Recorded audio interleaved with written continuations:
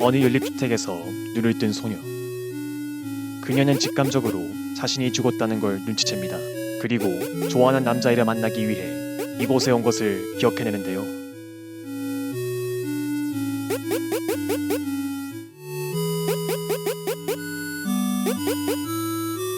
그렇게 소녀는 남자를 보기 위해 계단을 오르고 집의 문을 두드립니다. 그러나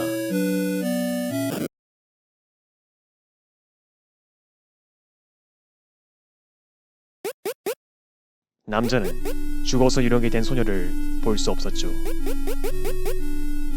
남자를 너무나도 좋아했던 소녀는 그와 물리적으로 만날 수 없는 것이 무서워졌습니다.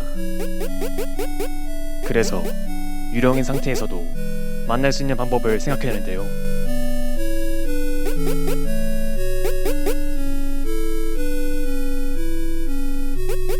하지만 그의 방법은 바로 남자를 죽여서 유령으로 만들어버리는 것이었는데,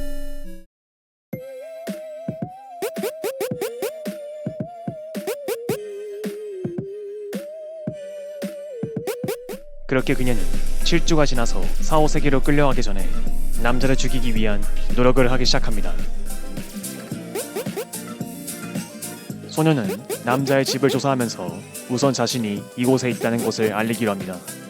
이를 위해 남자의 꿈에 나타나거나 폴터가이스트 현상을 일으키거나 그냥 계속 말을 거는 등 그녀 나름대로의 노력을 해봅니다.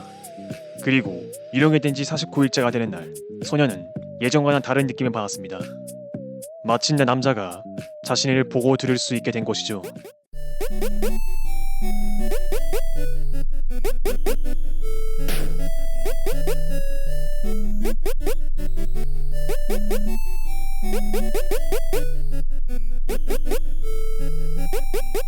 그렇게 소녀는 자신이 남자를 유령으로 만들기 위해 이곳에 찾아왔다고 말합니다. 그리고 남자의 대답을 기다리기로 하는데요.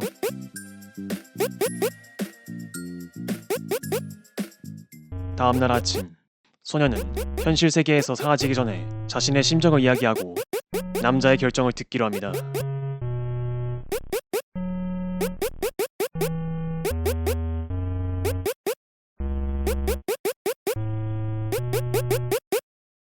하지만 남자는 소녀와 같이 갈 수 없다고 말합니다.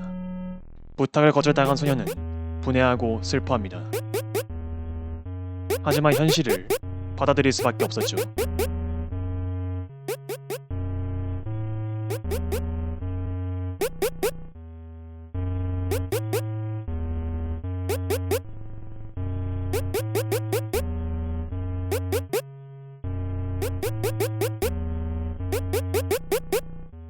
그때 소녀는 한 가지 의문이 듭니다.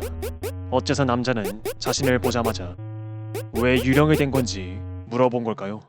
하지만 이에 대한 답을 들을 틈도 없이 소녀는 현세에서 사라집니다. 소녀는 남자를 죽이기 위해 저주를 걸어보기로 합니다. 하지만 심상치 않은 느낌을 감지한 남자는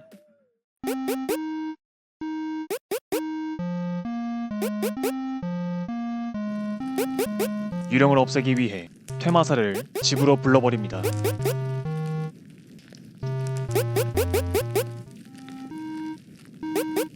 그렇게 소녀는 고통스러워하며 남자를 향해 소리를 치지만 아무 소용이 없었습니다.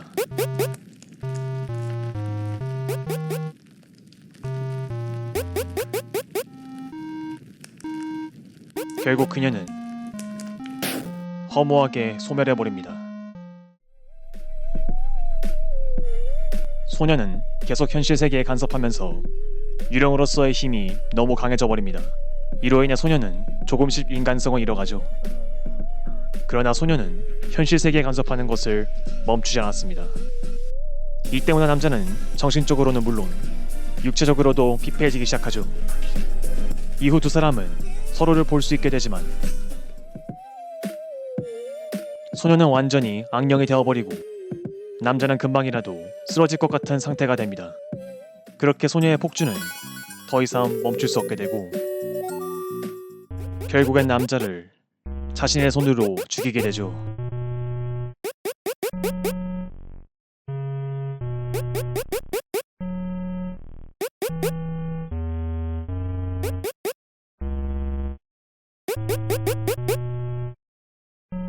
한편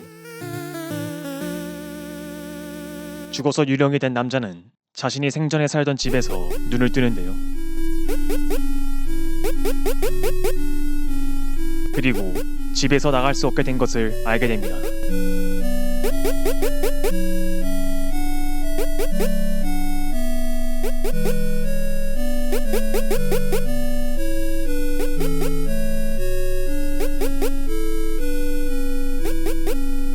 그렇게 각각 소녀와 남자였던 두 유령은 영원히 방 안에서만 떠돌게 됩니다. 소녀의 노력으로 서로를 볼 수 있게 된 두 사람. 이번에도 그녀는 남자에게 죽어서 함께 4, 5세계에 가자고 부탁합니다. 며칠 후 남자는 소녀를 부르고 다음날에 제대로 된 답변을 하겠다고 말하는데요.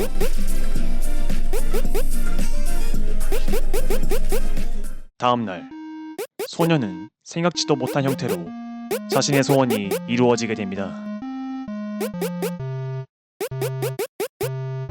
그 이유는 남자가 스스로 목숨을 끊어버렸기 때문이었죠.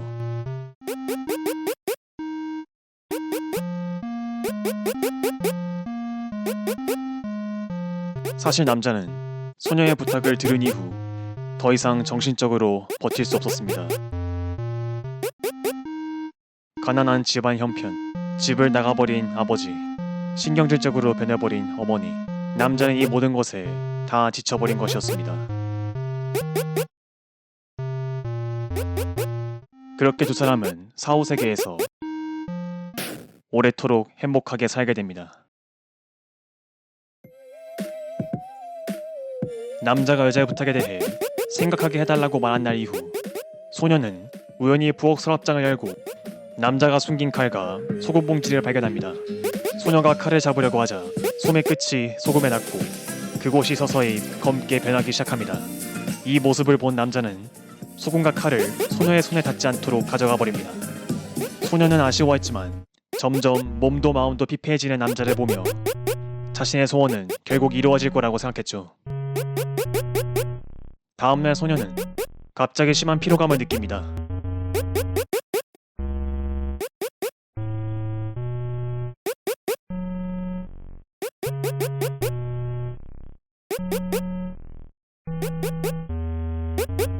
이어서 남자의 목소리가 들리고 소녀는 눈을 떠서 그를 보려고 합니다. 그러나 그녀의 눈에 들어온 것은 자신의 손을 잡고 있는 남자의 모습이었죠. 소녀는 물리적인 몸이 없는 유령이었기에 남자가 그녀의 손을 잡는 건 있을 수 없는 일이었습니다.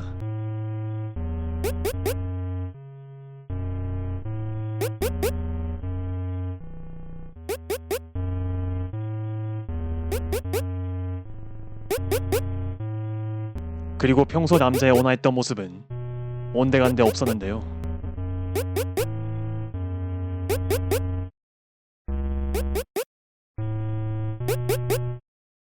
잠시 후 남자는 의미심장한 말을 하기 시작하죠.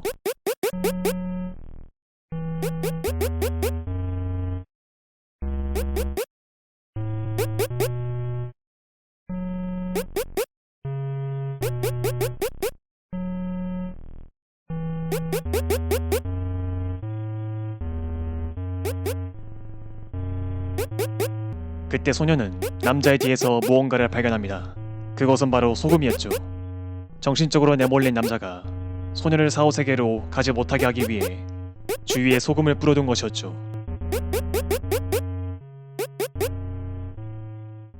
결국 소녀는 현세에서 유령의 상태로 영원히 집에 갇히게 되죠.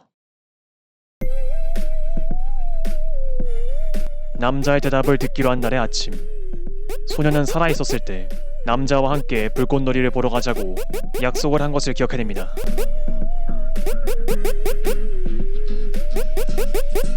그리고 아침에 남자가 방에서 나오자 죽기 전에 같이 불꽃놀이를 보러 갔는지 물어보는데요. 사실 소녀는 죽기 전에 있었던 일을 기억하지 못하는 것이었죠.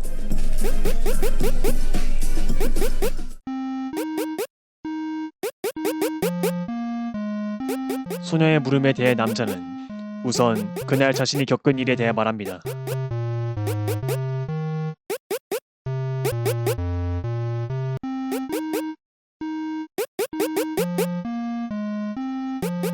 그날 남자는 놀러 갈 준비를 했지만 모친의 불합리한 지시 때문에 약속을 당일에 취소하게 된 것이었습니다. 이 말을 들은 소녀는 그날 있었던 일을 기억하게 됩니다.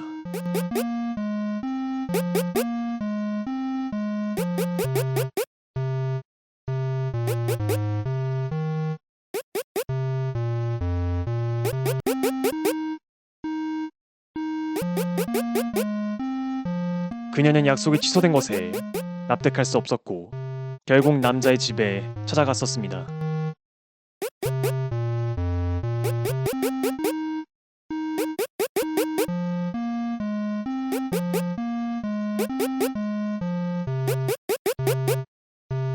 그때 소녀는 남자의 모친과 다투게 되고 난간에서 떨어져 목숨을 잃은 것이었습니다.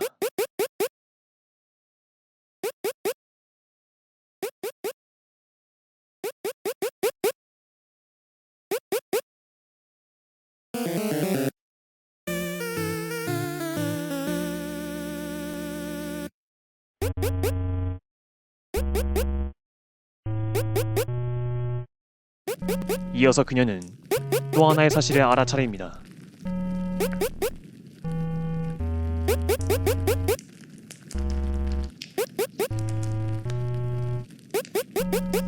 예상대로 욕조에는 자신의 시체가 놓여 있었습니다.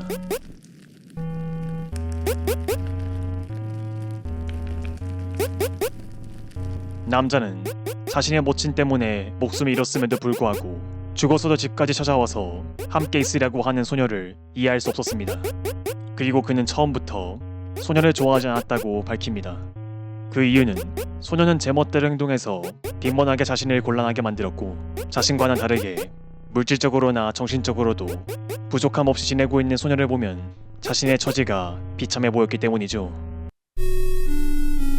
남자의 말에 충격을 받은 소녀. 하지만 이를 계기로 두 사람은 처음으로 지금까지 말하지 못한 속마음을 털어놓죠.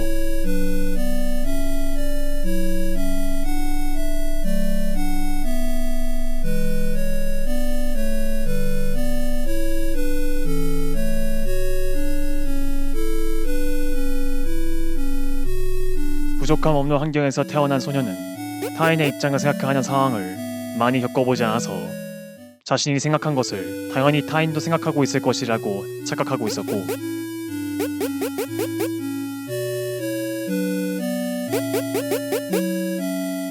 반대로 여유가 없는 환경에서 태어난 남자는 사려심이 부족한 태도로 자신에게 접근하는 소녀를 이해할 수 없었습니다.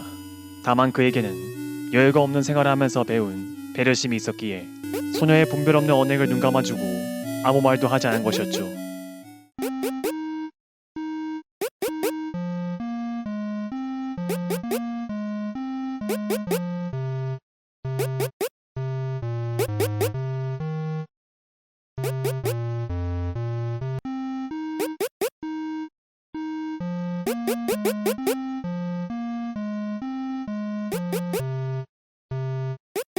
서로에게 날이 선 말을 하게 됐지만 결과적으로 두 사람은 상대의 내면을 조금이나마 이해할 수 있게 됩니다.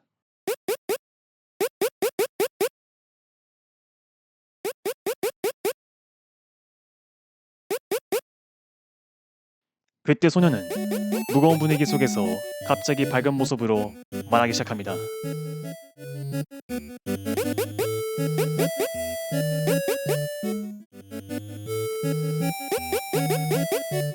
그녀는 아직 자기에게는 남자가 자신을 좋아하게 만들 기회가 있으니 언젠가 현세에 돌아오겠다고 합니다.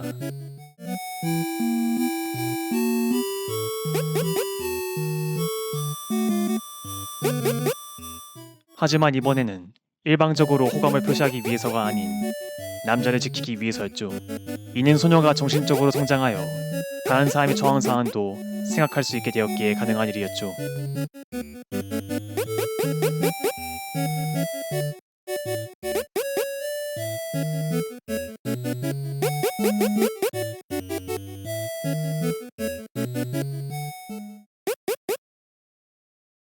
그리고 약간의 시간이 지난 어느 날 남자는 누군가와 이야기를 하고 있는데요.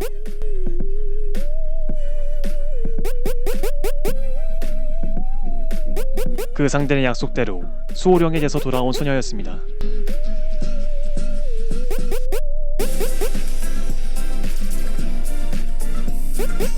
그녀는 악령이 되지 않도록 노력하며 남자를 돕고 있었습니다. 그리고 남자도 소녀의 도움이 싫지는 않은 듯한 모습이었죠.